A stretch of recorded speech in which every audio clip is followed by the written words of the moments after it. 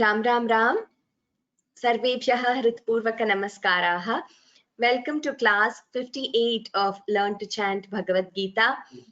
Sarvebhyah Shikshakadinasya Shubhashayaha cha. A very happy Teachers' Day to all of you. There is a teacher in each one of us, and a very happy Teachers' Day to all those who are teachers by profession also.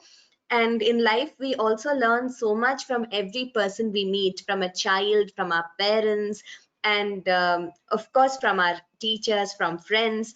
So, a very happy Teachers' Day. As you know, we have commenced 11th chapter, Vishwarupa Darshana Yoga, in the previous webinar session. We have completed the first 18 verses, and we are going to continue from the 19th verse onwards. As usual, I will be chanting the first 18 verses, and then our panelists will help us with the Anucharanam, that is the repetition. Welcome to all the panelists for today. For now, we have Anuradha Bhagini, Chitra Bhagini, Ishu, Neha, Prithvi, Priyadarshini Bhagini, Rama Shankar Bhagini, and Suvarna Bhagini. So welcome to all of you. Let us begin as usual with our Dhyana Shlokaha.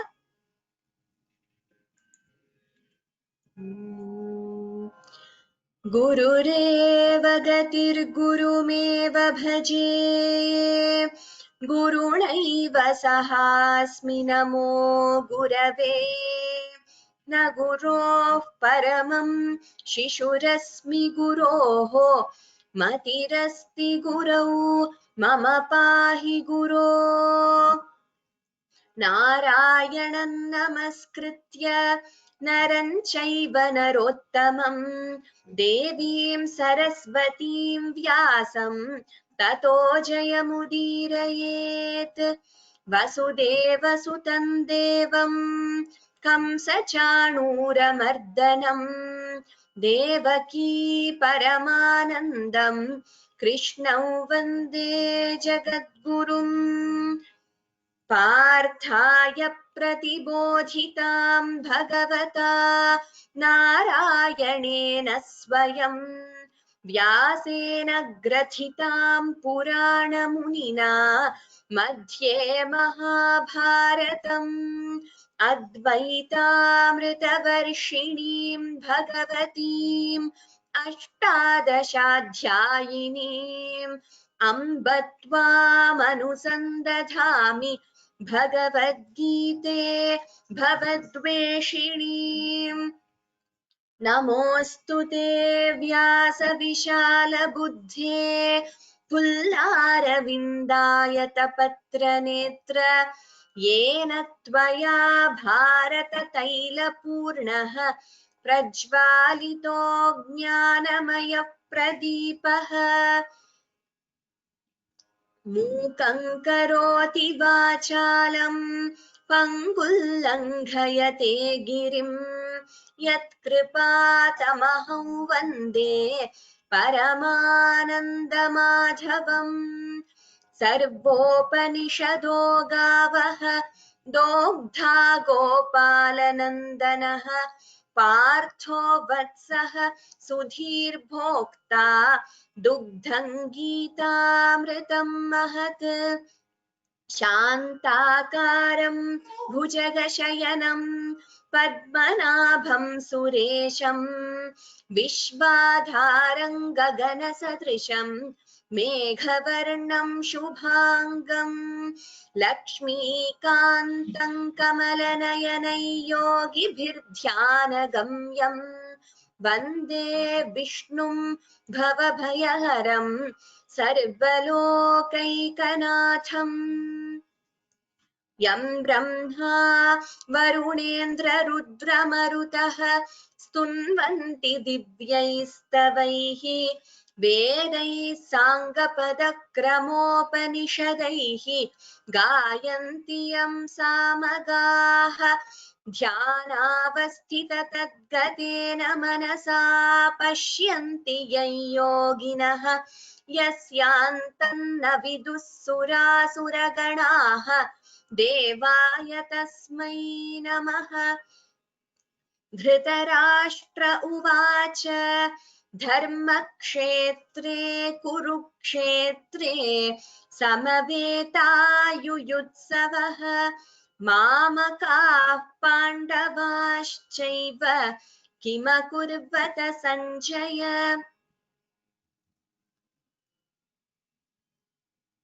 Yes, so we have commenced Vishwarupa Darshana Yoga, the 11th chapter. Before I chant, just a few announcements. I've received a few emails from some of you saying that you have joined from the 10th chapter onwards, etc. So as I've already mentioned, no problem at all. The rules of pronunciation remain the same. And whichever adhyaya you start with, you will be learning the raga, how to split the sandhis, etc. So do attend the classes regularly, and whichever chapters you have missed attending, the recordings are available on YouTube and on our course page. As you are learning the shlokas live here, these tips of pronunciation and rules will help you to learn the verses which you have not attended the previous chapters also. So no problem at all. And as I've already said, please start memorizing the verses. We are going to have an assessment at the end of 18 chapters. I'm thinking maybe we'll have one session or so where I give you, all of you, memorization tips and demonstrate how you can, there are various ways to memorize. So whichever works, maybe we will do that once we complete the 11th or 12th chapter. But please start listening to the chanting every day, and chanting also. You can restart reading the verses, and automatically once you do that regularly, memorization becomes very easy. Another announcement is 11th chapter mostly has upajati chanda, that is bigger shlokas, 11 letters per pada, per quarter. And some of you had also requested that we go back to the previous way of repetition like we did in the 10th chapter, that is 1 quarter, half of a verse and full verse.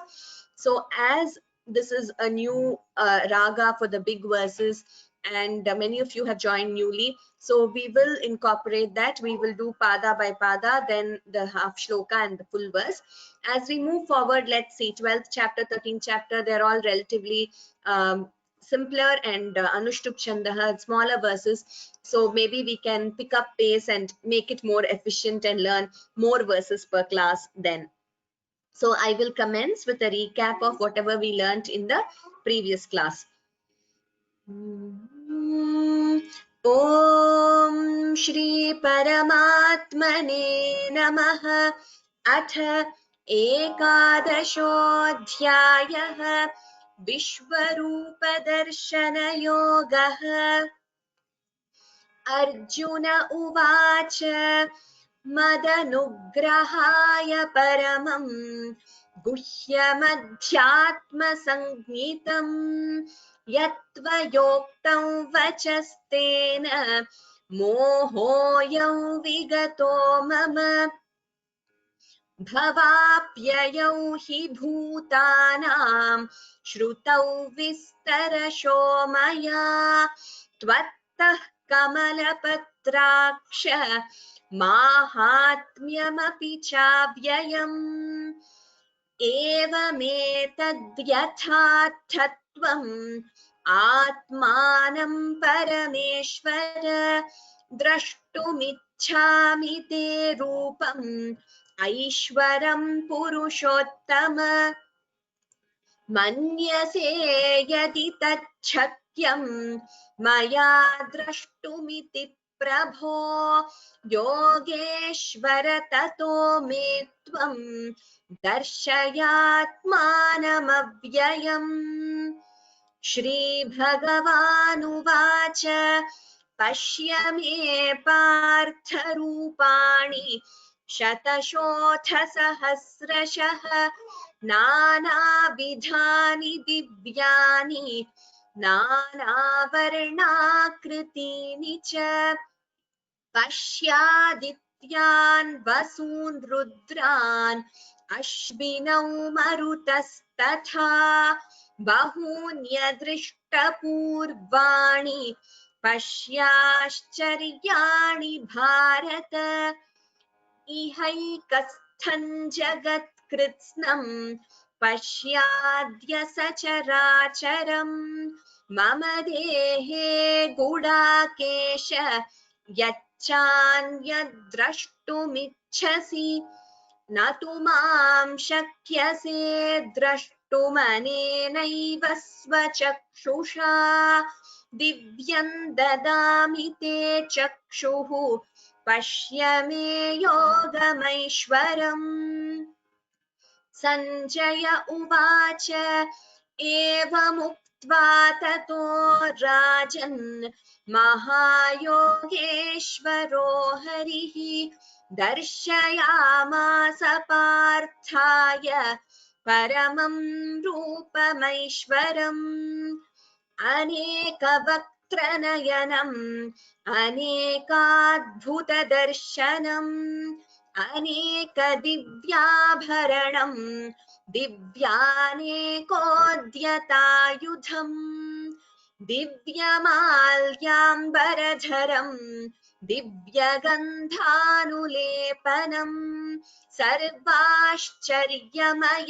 देवम् अनन्तं विश्वतोमुखम् दिवि सूर्यसहस्रस्य भवेद्युगपदुत्थिता यदि भाससदृशी सा स्यात् भासस्तस्य महात्मनः तत्रैकस्थं जगत्कृत्स्नं प्रविभक्तमनेकधा अपश्यद्देवदेवस्य शरीरे पाण्डवस्तदा ततः स विस्मयाविष्टः हृष्टरोमा धनञ्जयः प्रणम्य शिरसा देवं कृताञ्जलिरभाषत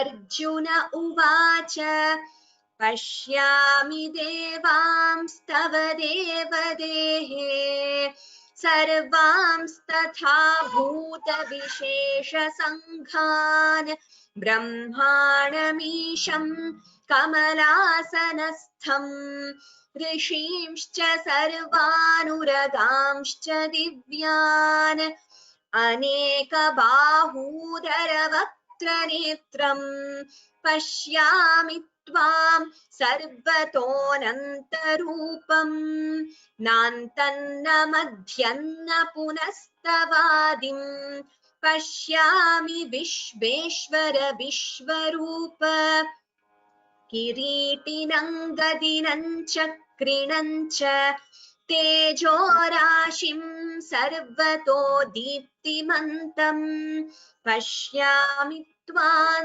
दुर्निरीक्ष्यं समन्तात् दीप्तानलार्कद्युतिमप्रमेयम् त्वमक्षरं परमं वेदितव्यं त्वमस्य विश्वस्य परं निधानम् त्वमव्ययः शाश्वत धर्मगोप्ता सनातनस्त्वं पुरुषो मतो मे. Let us begin from this verse onwards. Like I said in the previous class, a beautiful chapter. Just while chanting, when you concentrate, you can visualize the supreme Vishwarupa, the universal form of the Lord. Anuradha Bhagini.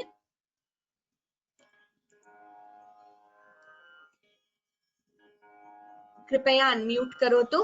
अनादिमध्यान्तमनन्तवीर्यम् अनादिमध्यान्तमनन्तवीर्यम् अनादिमध्यान्तमनन्तवीर्यम् अनन्तबाहुम्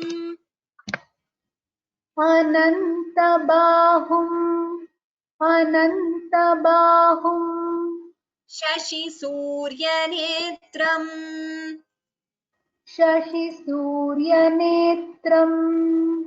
शशिसूर्यनेत्रम्, Pashyami tvam. पश्यामि त्वाम् पश्यामि त्वाम् दीप्तहुताशवक्त्रम् दीप्तहुताशवक्त्रम् दीप्तहुताशवक्त्रम् स्वतेजसा स्वतेजसा स्वतेजसा विश्वमिदन्तपन्तम् विश्वमिदन्तपन्तम् विश्वमिदन्तपन्तम् So actually I split the pada also into half, like I taught you half of a quarter, because maybe I thought it might be easier for you to get familiar with the words for those who have joined newly. And here please note pashyami tvam deepta hutasha vaktram, anuswara followed by da. So while chanting together, you can optionally chant it as pashyami tvan deepta. So instead of tvam, tvan deepta. Similarly, vishvamidam tapantam. It's correct to also chant the anuswara completely or combining the sandhi vishvamidan tapantam. I hope that's clear. We'll repeat this. Anadi madhyantamananta viryam. अनादिमध्यान्तमनन्तवीर्यम् अनादिमध्यान्तमनन्तवीर्यम् अनन्तबाहुं शशिसूर्यनेत्रम् अनन्तबाहुं शशिसूर्यनेत्रम् अनन्तबाहुं शशिसूर्यनेत्रम् पश्यामि त्वां दीप्तहुताशवक्त्रम् पश्यामि त्वां दीप्तहुताशवक्त्रम् पश्यामि त्वां दीप्तहुताशवक्त्रम् स्वतेजसा विश्वमिदन्तपन्तम् स्वतेजसा विश्वमिदन्तपन्तम् स्वतेजसा विश्वमिदन्तपन्तम् I will chant the entire verse now. Anadimadhyantamanantaviryam anantabahum shashisuryanetram pashyami tvan deeptahutashavakram swatejasa vishvamidantapantam. अनादिमध्यान्तमनन्तवीर्यम् अनन्तबाहुं शशिसूर्यनेत्रम् पश्यामि त्वां दीप्तहुताशवक्त्रम् स्वतेजसा विश्वमिदन्तपन्तम् Uttamam. Dhanyavadaha Bhagini. It's not possible for me to tell the meaning of every verse. Also, it's a huge chapter. But even if you're familiar with any Indian language, and of course, if you're familiar with Sanskritam, you can get the gist. If you pay attention, you'll get the gist of some of the words at least. Like Anantabahum, endless arms, Shashi Surya Netram, having the eyes of Shashi, that is moon, Surya, sun. And Swatejasa, like I said, Pashyami, Pashyami, it keeps coming again and again. This is because Arjuna is seeing the form. Pashyami in Sanskrit means I see. So Arjuna is seeing the form of Vishwarupa and he is describing what he is seeing. Swatejasa Vishwamidam Tapantam. So the entire universe is filled with that tejas, that is that effulgence and the luster of Vishwarupa of Bhagavan. We'll move to the next verse.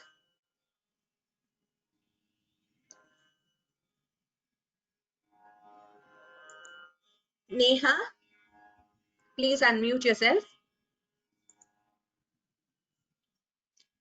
those panelists who can share the webcam, I request you to please share the webcam. Those who have the webcam option and those who can share, dhanyavadaha.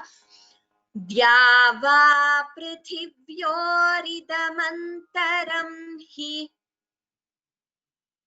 द्यावा पृथिव्योरिदं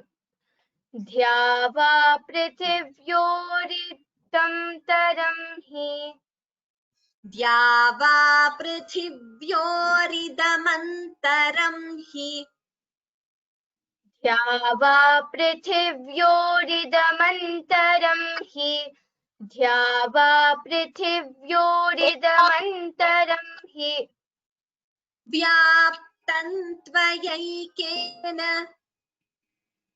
व्याप्तं त्वयैकेन व्याप्तं त्वयैकेन दिशश्च सर्वाः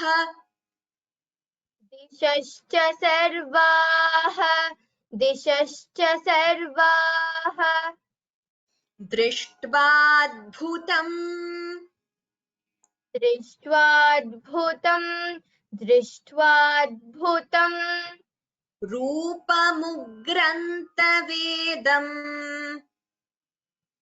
रूपमुग्रं तवेदं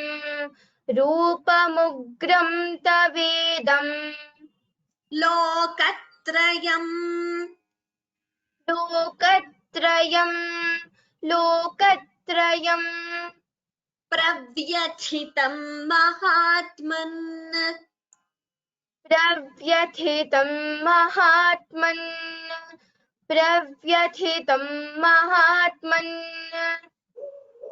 Yes, so here all of you, this word Dhyava prithivyoridam antaram hi, but we cannot split in between, so we chant it together as Dhyava prithivyoridam antaram hi. Here vyaptam tvayaikena, you can combine the sandhi and chant it as vyaptan tvayaikena dishascha sarvaha, meaning all dishaha means all the directions are pervaded by only you, by the supreme Brahman, that is Bhagavan Shri Krishna. Drishtvaadbhutam rupamugram tavedam, you can combine the sandhi here again, ugram tavedam ugrantavedam lokatrayam pravyathitam mahatman. We will repeat. Dhyava prithivyoridhamantaram hi द्यावा पृथिव्योरिदमन्तरं हि द्यावा पृथिव्योरिदमन्तरं हि व्याप्तं त्वयैकेन दिशश्च सर्वाः व्याप्तं त्वयैकेन दिशश्च सर्वाः व्याप्तं त्वयैकेन दिशश्च सर्वाः दृष्ट्वाद्भुतं रूपमुग्रन्तवेदम् दृष्ट्वाद्भुतं रूपमुग्रं तवेदं दृष्ट्वाद्भुतं रूपमुग्रं तवेदं लोकत्रयं प्रव्यथितं महात्मन् लोकत्रयं प्रव्यथितं महात्मन् लोकत्रयं प्रव्यथितं महात्मन्. We will repeat. All of you please note, this is Dhya, that is Da plus Ya, like you have in Vidya. It is not Dhya. For example, Dhyanam, that is Dhya, Mahaprana. This Dhya is Alpaprana Da. So please don't pronounce it as Dhya. And here the Mahaprana Tha also should be very clear. We'll repeat the verse. Dhyava prithivyoridhamantaram hi व्याप्तं त्वयैकेन दिशश्च सर्वाः दृष्ट्वाद्भुतं रूपमुग्रन्तवेदं लोकत्रयं प्रव्यथितं महात्मन्. Neha? द्यावा पृथिव्योरिदमन्तरं हि व्याप्तं त्वयैकेन दिशश्च सर्वाः दृष्ट्वाद्भुतं रूपमुग्रं तवेदं लोकत्रयं प्रव्यथितं महात्मन्। उत्तमं, धन्यवादाः नीता।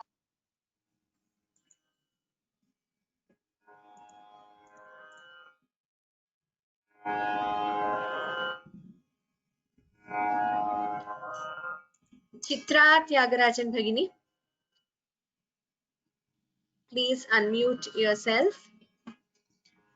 अमीहि त्वां सुरसङ्घा विशन्ति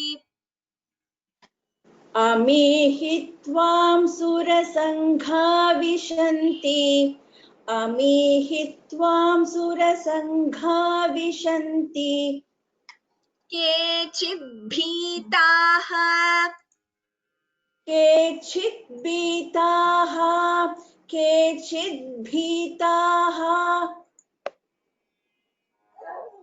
प्राञ्जलयो गृह्णन्ति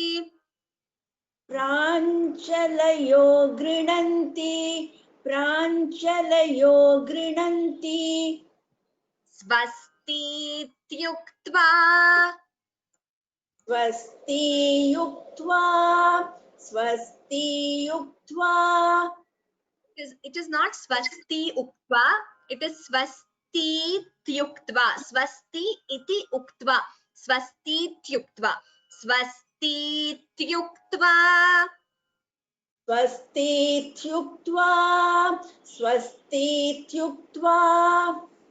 महर्षि सिद्धसङ्घाः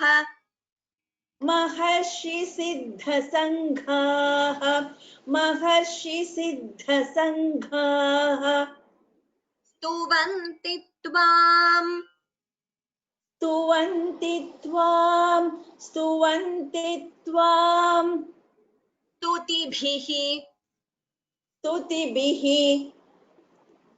स्तुतिभिः पुष्कलाभिः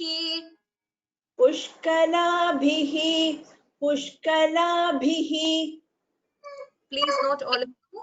Kechid bhitaha pranjalayo. When you combine, you get upadhmaniya instead of the visarga. So it becomes kechid bhita pranjalayo. We do not stop there. I am teaching slowly because some of you are new to the verses and to even Sanskritam. So I want you to know each word properly. Those who already know this, please bear with the pace. It's a bit slow today. I understand. But this is to help everyone catch up. So once we are done with the tougher verses, we probably can move a bit faster. Maharshi Siddha Sanghaha. Dha and Gha both are Mahapranas. Stuvanti Tvam. Stuti Bhihi Pushkalabhihi. Bha. Bha, like I pointed out previously also, Bha Mahapranas, all of you should make an effort. It should be heard when you chant. And Stuti Bhihi, Visarga followed by Pa. So Upadhmaniya again. It would be Stuti Bhif Pushkalabhihi. We'll repeat. Amihi Tvam Surasangha Vishanti. अमीहि त्वां सुरसङ्घा विशन्ति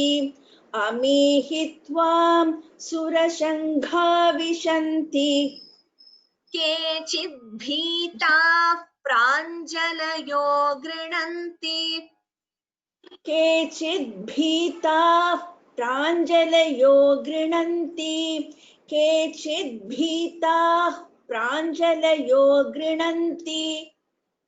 स्वस्तीत्युक्त्वा महर्षि सिद्धसङ्घाः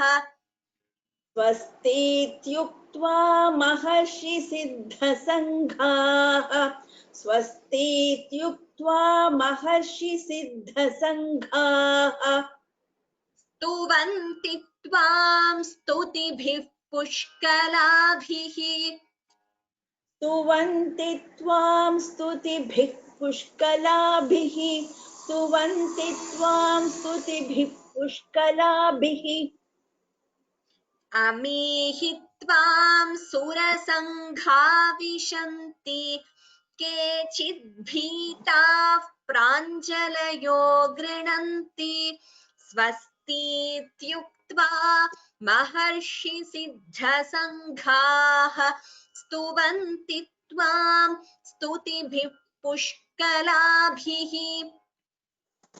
अमीहि त्वां सुरसङ्घा विशन्ति केचिद् भीता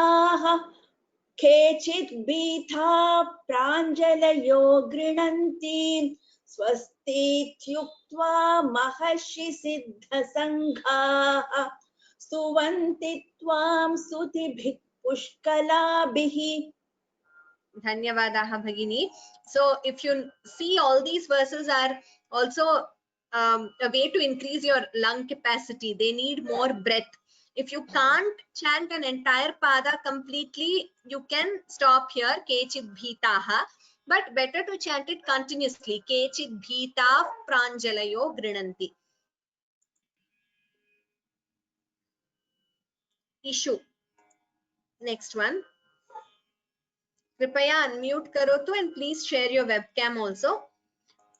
रुद्रादित्या वसवो ये च साध्याः रुद्रादित्या वसवो ये च साध्याः रुद्रादित्या वसवो ये च साध्याः विश्वेश्विनौ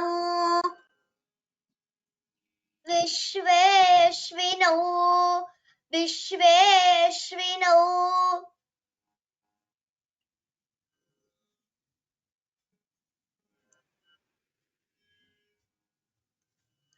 Okay, I don't know if it is my connection or Ishu's connection. I was not able to hear. Let us try. Marutashchoshmapascha. मरुतश्चोष्मपाश्च मरुतश्चो. Can you hear me? Not really. Your voice is breaking. Could any of them let me know if? Oh, okay. They say it is my connection. Okay, sorry. Let me see.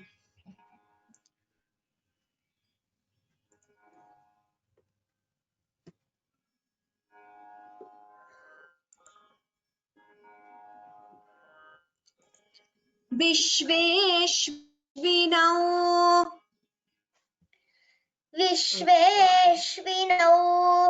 विश्वेश्विनौ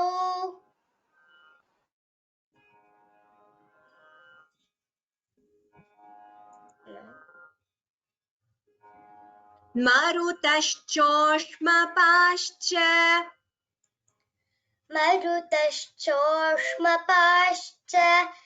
मरुतश्चोष्मपाश्च गन्धर्वयक्षासुरसिद्धसङ्घाः गन्धर्वयक्षासुरसिद्धसङ्घाः वीक्षन्ते त्वाम्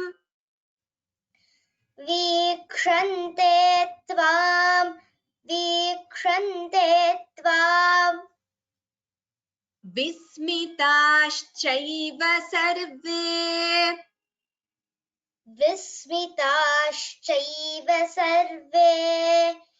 विस्मिताश्चैव सर्वे Uttamam. Please note, all of you here, second line. Vishveshvinau marutashchoshmapascha. So this sha, Vishve, Ashvinau and Marutashcho here and pascha. All these are Shankara, Shiva, Shubham, that sha. Here this sha, shma is the Shanmukha sha. So please note the difference and you should make that subtle difference while chanting. Ishu chanted that well. Some of you are saying you cannot see me. I've temporarily turned off the webcam because of some net connectivity issue, so that you can hear me properly. With the webcam, sometimes the speed is slow. I'll turn it on again once it gets okay. I hope you can hear me clearly. We'll repeat this. Rudraditya vasavo ye cha sadhyah. रुद्रादित्या वसवो ये च साध्याः रुद्रादित्या वसवो ये च साध्याः विश्वेश्विनौ मरुतश्चोष्मपाश्च विश्वेश्विनौ मरुतश्चोष्मपाश्च विश्वेश्विनौ मरुतश्चोष्मपाश्च गन्धर्वयक्षासुरसिद्धसङ्घाः गन्धर्वयक्षासुरसिद्धसङ्घाः गन्धर्वयक्षासुरसिद्धसङ्घाः वीक्षन्ते त्वां विस्मिताश्चैव सर्वे वीक्षन्ते त्वां विस्मिताश्चैव सर्वे वीक्षन्ते त्वां विस्मिताश्चैव सर्वे I will chant the entire verse. Rudraditya vasavo ye cha sadhyah Vishveshvinau marutashchoshmapascha Gandharvayakshasurasidhasanghah Vikshante tvam vismitaschaiva sarve. रुद्रादित्या वसवो ये च साध्याः विश्वेश्विनौ मरुतश्चोष्मपाश्च गन्धर्वयक्षासुरसिद्धसङ्घाः वीक्षन्ते त्वां विस्मिताश्चैव सर्वे धन्यवादाः इषु उत्तमम्.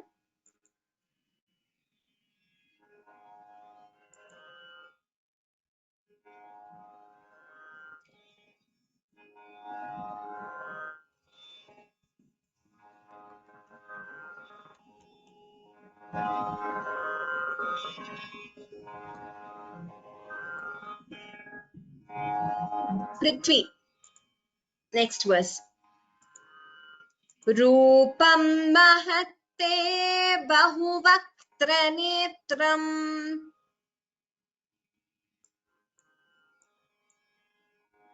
Prithvi, कृपया unmute करो तो. हाँ. रूपं महत्ते बहुवक्त्रनेत्रम् रूपं महत्ते बहुवक्त्रनेत्रम् महाबाहो बहुबाहुरुपादम् महाबाहो बहुबाहुरुपादम् महाबाहो बहुबाहुरुपादम् बहूदरं बहुदंष्ट्राकरालम् बहूदरं बहुदंष्ट्राकरालं बहूदरं बहुदंष्ट्राकरालम् दृष्ट्वा लोकाः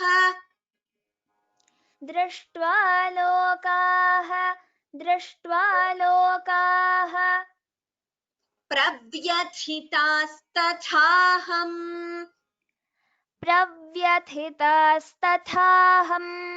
प्रव्यथितास्तथाहम् Good. So here last line, दृष्ट्वा लोकाः प्रव्यथितास्तथाहम्.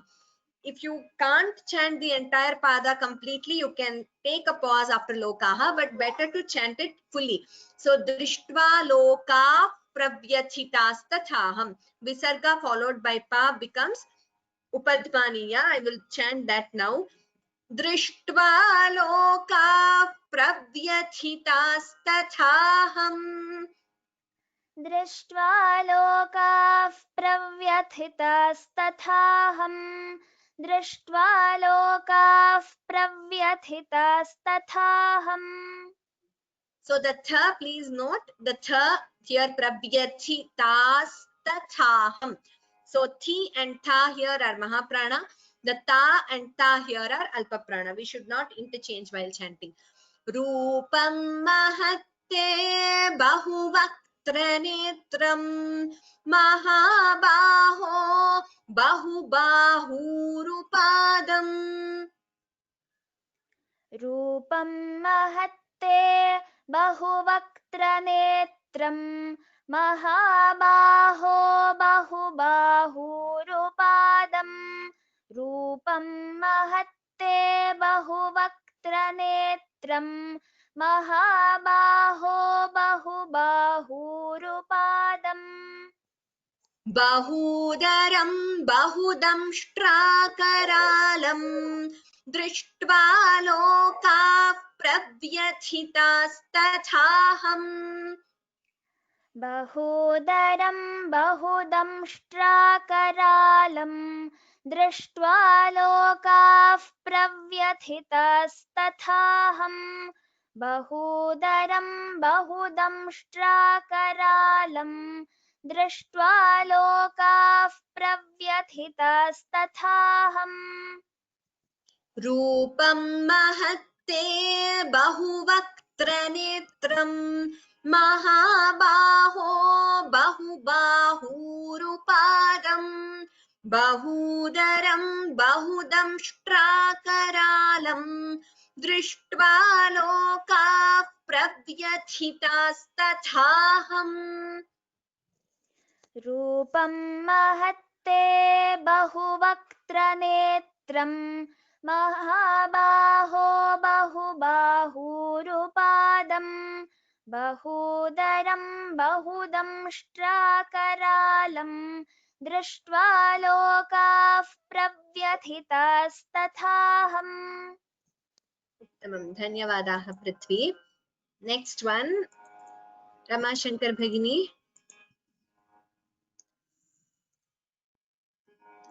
नभस्पृशं दीप्तमनेकवर्णम्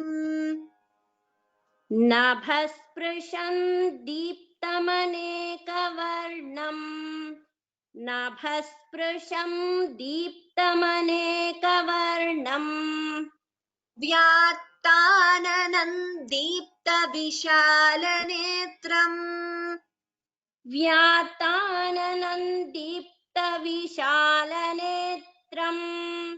व्यात्ताननं दीप्तविशालनेत्रम् दृष्ट्वा हि त्वाम् दृष्ट्वा हि त्वाम्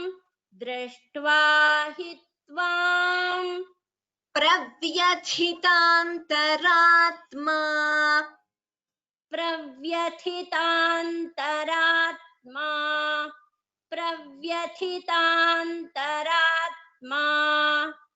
धृतिं न विन्दामि शमं च विष्णो धृतिं न विन्दामि शमं च विष्णो धृतिं न विन्दामि शमं च विष्णो. So here nabha sprisham, this visarga followed by sa. So while when you chant together visarga sakara sandhi nabha sprisham.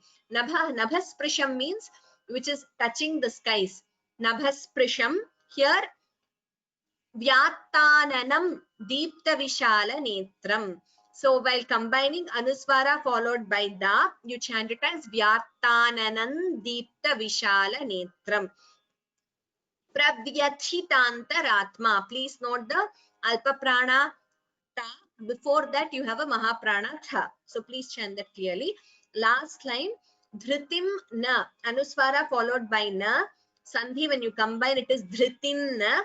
Similarly here, shamam plus cha, while you chant together, shamancha Vishnu. Nabhasprishan deeptamanekavarnam vyattananam deepta vishalanetram.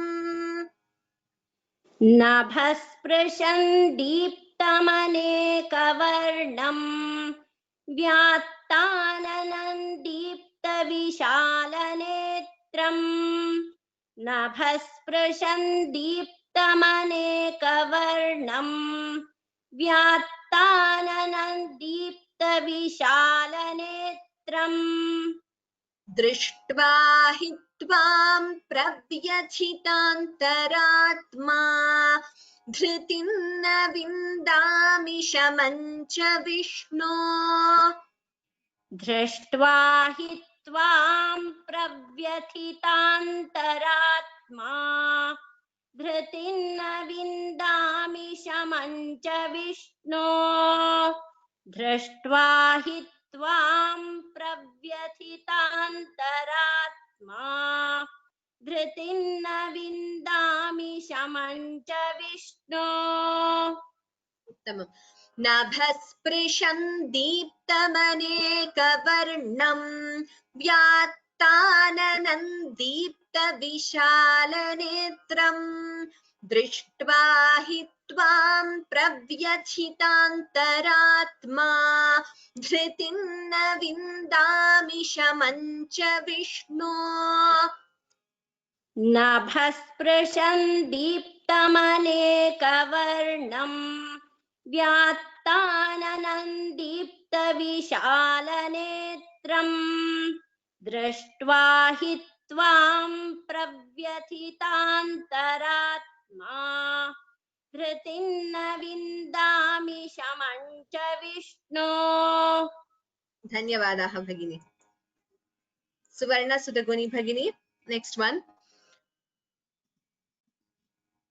Please unmute yourself. दंष्ट्राकरालानि च ते मुखानि दंष्ट्राकरालानि च ते मुखानि दंष्ट्राकरालानि च ते मुखानि दृष्ट्वैव कालानलसन्निभानि दृष्ट्वैव कालानलसन्निभानि दृष्ट्वैव कालानलसन्निभानि दिशो न जाने न लभे च शर्म दिशो न जाने न लभे च शर्मा दिशो न जाने न लभे च शर्मा प्रसीद देवेश जगन्निवास प्रसीद देवेश जगन्निवास प्रसीद देवेश जगन्निवास दंष्ट्राकरालानि च ते मुखानि दृष्ट्वैव कालानलसन्निभानि दंष्ट्राकरालानि च ते मुखानि दृष्ट्वैव कालानलसन्निभानि दंष्ट्राकरालानि च ते मुखानि दृष्ट्वैव कालानलसन्निभानि दिशो न जाने न लभे च शर्म प्रसीद देवेश जगन्निवास दिशो न जाने न लभे च शर्मा प्रसीद देवेश जगन्निवास दिशो न जाने न लभे च शर्मा प्रसीद देवेश जगन्निवास. Uttamam. So here all of you note this word drishtva eva, drishtva eva. So while chanting this, pronouncing this, please chant it as dr, not dra. So that difference should be clear. Drishtam, drishtva, Krishnaha, that is all the r, the swara r there. So chant it clearly as drishtva, not as drashtva. And here, damshtrakaralani, mukhani, sannibhani, sharma, jagannivasa, all are hrasva swaras, that is short vowels, short letters. With the tune, sometimes inadvertently we tend to prolong, but please be careful. Whenever it is ending, the pada is ending with a short vowel, you should keep it short. Do not prolong it. We will chant the whole verse once. Damshtrakaralani cha te mukhani drishtva kalanala sannibhani disho na jane na labhe cha sharma prasida devesha jagannivasa. दंष्ट्राकरालानि च ते मुखानि दृष्ट्वैव कालानलसन्निभानि दिशो न जाने न लभे च शर्मा प्रसीद देवेश जगन्निवास. उत्तमं, धन्यवादाः भगिनी. नेक्स्ट वन प्रियदर्शिनी भगिनी. अमी च त्वां धृतराष्ट्रस्य पुत्राः अमी च त्वां धृतराष्ट्रस्य पुत्राः अमी च त्वां धृतराष्ट्रस्य पुत्राः सर्वे सहैवावनिपालसङ्घैः सर्वे सहैवावनिपालसङ्घैः सर्वे सहैवावनिपालसङ्घैः भीष्मो द्रोणः भीष्मो द्रोणः भीष्मो द्रोणः सूतपुत्रस्तथासौ सूतपुत्रस्तथासौ सूतपुत्रस्तथासौ. While chanting together here, we will be combining the sandhi. Bhishmo Drona Suta. So Visarga followed by Sa. We will combine the sandhi and chant it. I split it up just for you to know the words more clearly. Now I will combine the sandhi and chant this pada. Bhishmo Drona Suta Putrastathasau. भीष्मो द्रोणः सूतपुत्रस्तथासौ भीष्मो द्रोणः सूतपुत्रस्तथासौ सहास्मदीयैरपि सखास्मदीयैरपि सखास्मदीयैरपि योधमुख्यैः योधमुख्यैः योधमुख्यैः. All of you, please note the Mahapranas very clearly. Do not chant an Alpa Prana where there is a Mahaprana. Here, Ami Chatvam Dhritarashtrasya. So when we combine the Sandhi, Ami Chatvan Dhritarashtrasya. Dhr again here, please carefully chant it as Dhr, not as Dhra. It is Dhr, R. Then, Sahaiva Vanipala Sanghaihi. Gha is Mahaprana. Bhishmo, here I've already told you, Visarga Sakara Sandhi. Drona Suta Putrastathasau. Again, note the Mahapranas here. Suta Putrastathasau. Sahasmadiyairapi. Yodha Mukhyaihi. So when you are chanting a pada with many Mahapranas, as the name itself goes, Mahaprana, you will need more of your prana, more of your breath. So you'll have to practice and increase your capacity to chant in such a way that you don't have to stop in between a pada ideally. So with practice, you will definitely get it. Start chanting aloud, reading aloud, and chanting aloud. Ami chatvan dhritarashtrasya putraah sarve sahaivavani palasanghaihi. अमी चत्वान् धृतराष्ट्रस्य पुत्राः सर्वे सहैवावनिपालसङ्घैः अमी चत्वान् धृतराष्ट्रस्य पुत्राः सर्वे सहैवावनिपालसङ्घैः भीष्मो द्रोणः सूतपुत्रस्तथासौ सहास्मदीयैरपि योधमुख्यैः. भीष्मो द्रोणः सूतपुत्रस्तथासौ सहास्मदीयैरपि योधमुख्यैः भीष्मो द्रोणः सूतपुत्रस्तथासौ सहास्मदीयैरपि योधमुख्यैः अमी चत्वान् धृतराष्ट्रस्य पुत्राः सर्वे सहैवावनिपालसङ्घैः भीष्मो द्रोणः सूतपुत्रस्तथासौ सहास्मदीयैरपि योधमुख्यैः.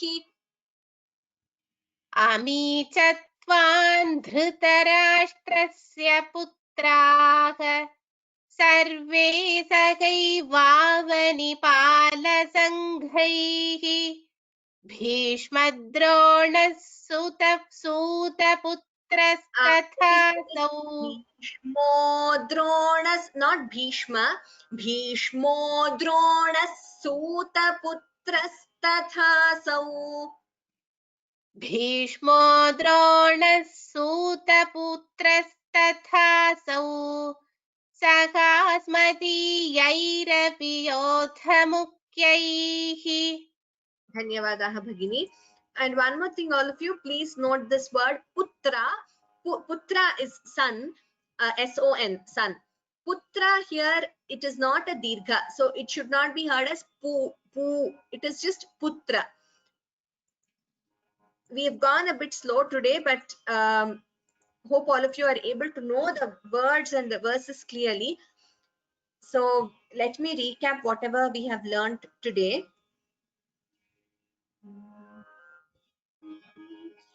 अनादिमध्यान्तमनन्तवीर्यम् अनन्तबाहुं शशिसूर्यनेत्रम् पश्यामि त्वां दीप्तहुताशवक्त्रम् स्वतेजसा विश्वमिदन्तपन्तम् द्या वा पृथिव्योरिदमन्तरं हि व्याप्तं त्वयैकेन दिशश्च सर्वाः दृष्ट्वाद्भुतं रूपमुग्रन्तवेदं लोकत्रयं प्रव्यथितं महात्मन् अमीहि त्वां सुरसङ्घा विशन्ति केचिद् भीताः प्राञ्जलयो गृह्णन्ति स्वस्तीत्युक्त्वा महर्षिसिद्धसङ्घाः स्तुवन्ति त्वां स्तुतिभिः पुष्कलाभिः रुद्रादित्या वसवो ये च साध्याः विश्वेश्विनौ मरुतश्चोष्मपाश्च गन्धर्वयक्षासुरसिद्धसङ्घाः वीक्षन्ते त्वां विस्मिताश्चैव सर्वे रूपं महत्ते बहुवक्त्रनेत्रम् महाबाहो बहुबाहूरुपादम् बहूदरं बहुदंष्ट्राकरालम् दृष्ट्वा लोकाः प्रव्यथितास्तथाहम् नभस्पृशन् दीप्तमनेकवर्णम् व्यात्ताननं दीप्तविशालनेत्रम् दृष्ट्वा हि त्वां प्रव्यथितान्तरात्मा धृतिं न विन्दामि शमं च विष्णो दंष्ट्राकरालानि च ते मुखानि दृष्ट्वैव कालानलसन्निभानि दिशो न जाने न लभे च शर्म प्रसीद देवेश जगन्निवास अमी च त्वां धृतराष्ट्रस्य पुत्राः सर्वे सहैवावनिपालसङ्घैः भीष्मो द्रोणः सूतपुत्रस्तथासौ सहास्मदीयैरपि योधमुख्यैः. So let me see if there are any questions.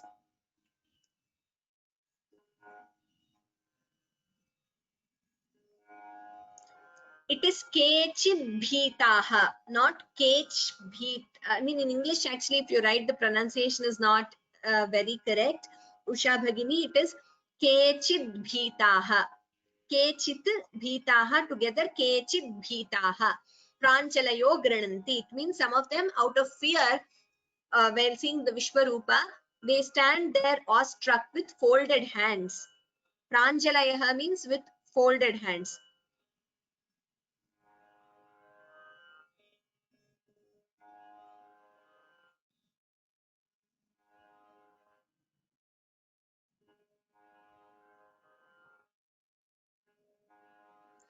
If 57 has been uploaded, session 57, I will check, Lakshmi Bhagini, it should be uploaded.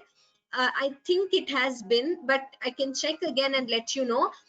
There is a YouTube playlist. So if all of you go to YouTube and search Learn to Chant Bhagavad Gita Vyoma, or you can also subscribe to the Vyoma Samskrita Pathashala channel, along with every class's lesson, it is uploaded in a playlist which has right from the first session till the latest session. So there should be 57 videos. Today, after today's session, 58th video will be uploaded.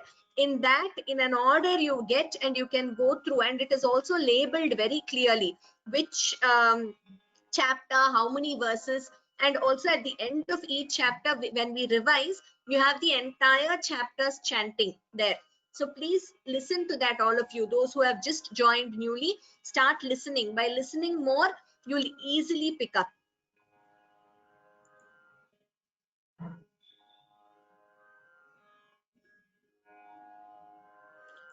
One more person. Okay, Brinda Bhagini has said recordings are not uploaded. The last I checked, it was uploaded. I will do one thing. I will send you the link in a group email to all of you, the YouTube playlist link. Maybe it would be easier that way, because when I checked, they have all been uploaded. Like I said, both in the playlist and individual videos have been uploaded. So I will send you the link. That might be easier for you to follow. Okay, many of you liked today's pace. I mean, we will go with this pace for the tougher, bigger verses. Then, like I said, maybe we can make it more efficient for the easier, smaller verses. Aparna Bhagini, you are new to this class, no problem at all. Like I said in the beginning, whichever chapter you start from, wherever you start from, just start attending regularly. And the rules of pronunciation we will be repeating with each class, with each verse. So you will be very familiar. The videos are there with repetition also. You can repeat along with the video and you can learn. So please do not worry, any of you, any friends, family, whoever wants to join, ask them to join. You can start from anywhere and you can start learning. Okay, some of them have said that it has been uploaded. Some are saying they are not finding it, I will send you the link to all of you. That might be easier. Two types of tests, yes, memorization and reading, and that is seeing and chanting. But I would urge all of you to please do the memorization test itself. Try for that. Let's aim for that.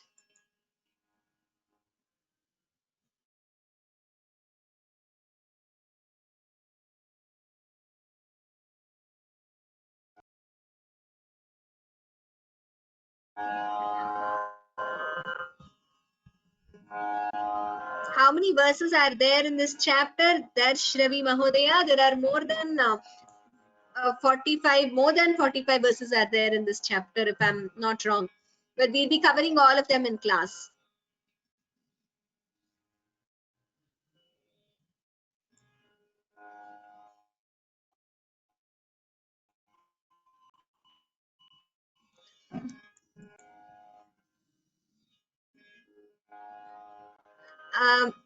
Yes, for those who are new, okay, 55 verses are there. Thank you. Those who are new, you can start learning from now. I will have a session with all of you where I plan to do one session where we'll give you memorization tips. I'll also request the panelists to share, because some of them have memorized, and I will also share my experience of memorization with you. There are different methods, whichever suits you. Let's plan to have it maybe after 11th chapter or 12th chapter. We'll have a session where I'll give you tips for memorization. Please start doing it. You'll have a lot of time and you can participate in the assessment. So let us conclude today's verse. Geetanjali Bhagini says sometimes it's difficult to pronounce. Initially, when you hear it for the first time, you might feel it that way. But once you go on listening, reading every day, like Bhagavan says, Abhyasena tu kaunteya vairagyena cha grihyate. That is the mantra for everything in life. With Abhyasa, anything becomes easy. So initially, you might have some glitches here and there, but do not bother. So please start practicing, and I'm sure all of you will be able to do a great job in both chanting and memorization. Let us conclude. Yatra Yogeshwara Krishnaha, Yatra Partho Dhanurdharaha, Tatra Shrir Vijayo Bhutihi, Dhruvani Tirmatirmama. Sarve bhavantu sukhinah, sarve santu niramayaः, sarve bhadrani pashyantu, ma kaschid dukkha bhag bhavet. Om Shanti Shanti Shanti. Sarvebhyah dhanyavadaः. Thank you to all our panelists for helping out so well with today's class. We will meet next Saturday, Agami Shanivasare, Punar Milamaha, at the same time. Dhanyavadaha.